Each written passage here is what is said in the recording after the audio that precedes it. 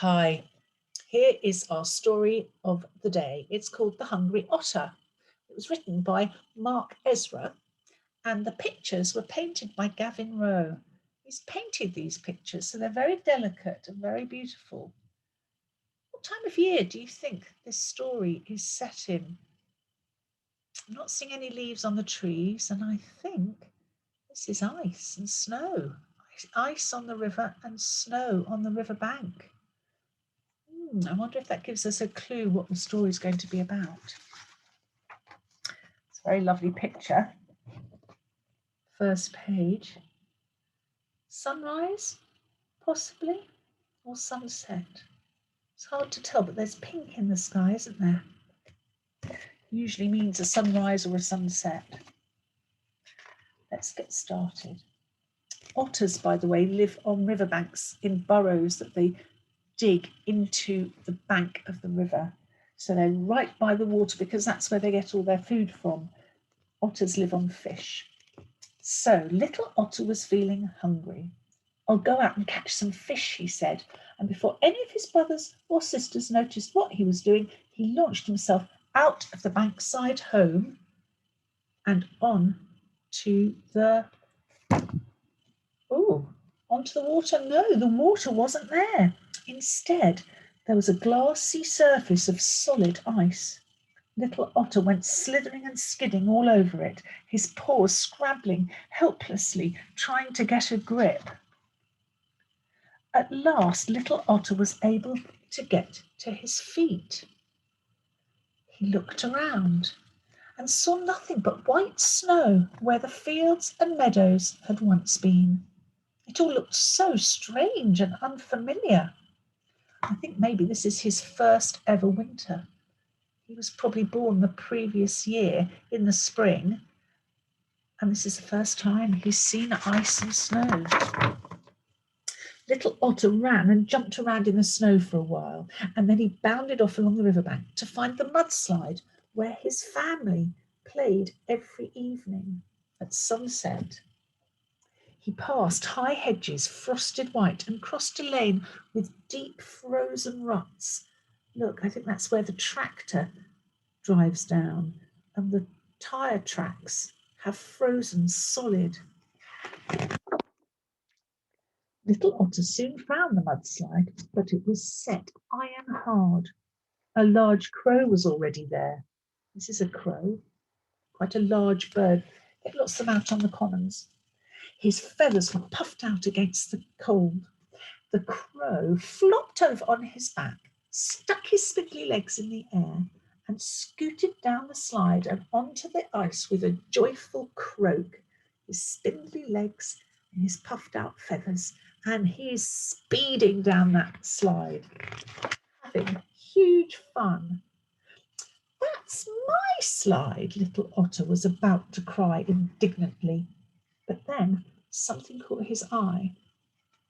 He saw a fox silently creeping towards the crow, probably thinking it was going to be his supper. The fox kept his body low and out of sight. The crow was so busy enjoying himself that he didn't see the danger. Closer and closer the fox crawled, and suddenly the fox pounced. Oh my goodness! But at the same time, little Otter gave a cry of warning. Watch out! The crow flapped his wings and took off into the branches of a tree just as the fox snapped at his tail feathers. You can see them just coming off. Then the fox slipped and skidded down the slide and across the ice. Oh, he was defeated, and he picked himself up and loped off angrily across the fields. Thank you, said the crow. You saved my life. But what are you doing here?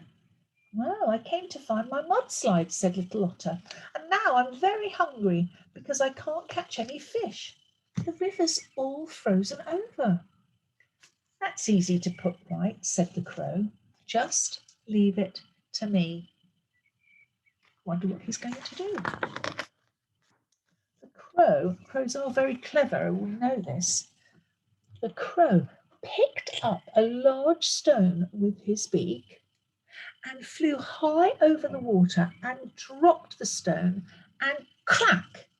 It fell through the ice and made a hole. There you are, said the crow. Now you have a hole big enough to fit through, and you can fish. Come to think of it, I'm pretty hungry too. Can you catch one for me? Little Otter dived down through the hole into the water of the pond where all the fish were swimming. He caught a fish for the crow quite quickly, but when he went back to get one for himself, he found the fish were alert. They knew that there was danger, so they were not easy to catch. Little Otter had to chase the fish downstream until at last he caught another one. But when he tried to swim to the surface to get out, he couldn't find the hole. And otters are like humans. We can't breathe underwater. We have to have fresh air to breathe. So we can swim underwater for a little while, but then we have to get up and take lungfuls of air. Little Otter clawed at the ice, trying to break through. He saw the blue sky above him, but the thick ice lay between him and the fresh air. Just as he thought he would drown in the freezing water, he saw a black shape high above him. Oh, yes, look, you can see. Crack! A heavy stone broke through the ice, smashed through the ice, it says, making another hole. Oh, holding his fish, little Otter scrambled out of the river and lay on the bank, gasping for air. The crow hopped over to him. One good deed deserves another, he said. You saved my life, and I saved yours. They've both got their fish, look. The crow flew back up to his perch to finish off his fish. So he went back up to the branch of the tree, and little Otter shook his spiky fur dry. Then, dragging his own fish behind him, he made his way back home. A fish! Cried little Otter's hungry brothers and sisters. How did you catch a fish when the river is frozen over? Well, as the hungry family all sat down to eat the fish, little Otter told them his story and the adventure he had had and the friend he'd made working with the crow.